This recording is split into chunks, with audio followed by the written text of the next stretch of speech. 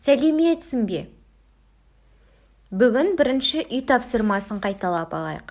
Алдыңғы сабақта қандай жаңа сөздермен таныстың?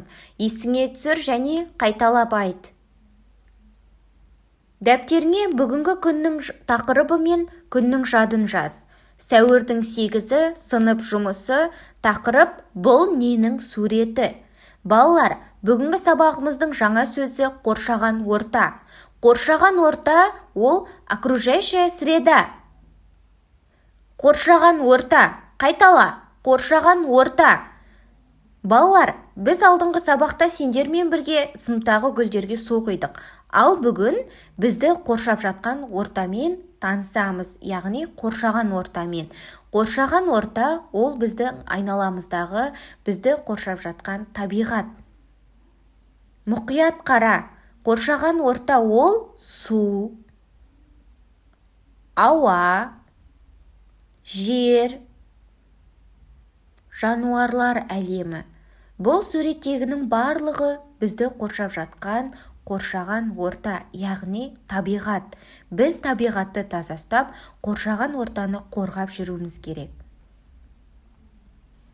Тыңда және қайтала. Бұл гүл. Бұл тау. Мынау бұлт. Бұл гүлдің суреті. Ненің суреті? Гүлдің суреті. Бұл таудың суреті. Мынау бұлттың суреті. Енді тапсырма орындаймыз. Бірінші тапсырма жазылым тапсырмасы. Көп нүктенің орнына тиісті әріптерді қойып, дәптерге көшіріп жазамыз. Көп нүктенің орнына қандай әріптер қоямыз? Жарайсың, өте жақсы орындадың. Келесі екінші тапсырма. Ережесі қарашы деген сөзді қолданып сөйлем құрастырамыз. Мысалға, қарашы, мынау гүлдің суреті.